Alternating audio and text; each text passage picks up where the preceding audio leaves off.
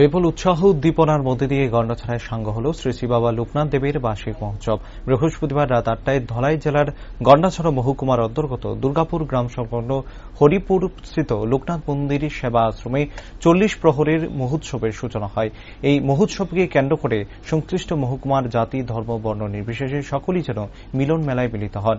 উক্ত মহোৎসবে রাজ্য এবং বহিরাজ্য থেকে 5টি নাম গান বিতরণী দল অংশগ্রহণ করে। তাছাড়া রাজ্যের বিভিন্ন স্থান থেকে বিভিন্ন দোকানীরা মহোৎসবে তাদের পসরা নিয়ে বসে।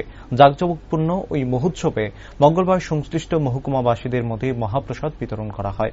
মহাপ্রসাদ বিতরণ অনুষ্ঠানে ভক্তদের ভিড় ছিল লক্ষণীয়। বিপুল উৎসাহ উদ্দীপনা এবং সহমরে বুধবার ভোর নাগাদ নগর কীর্তনের মধ্যে দিয়ে সাঙ্গ হয় শ্রী শ্রী বাবা লোকনাথ দেবের মহোৎসব।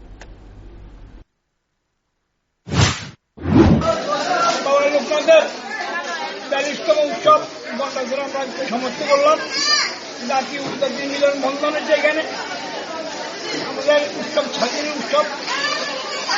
সকালবেলা সাজিয়েছে মহাপ্রসাদ ভিতরে রয়েছে। সবাই বাড়িতে অনেক রং আছে। সবাই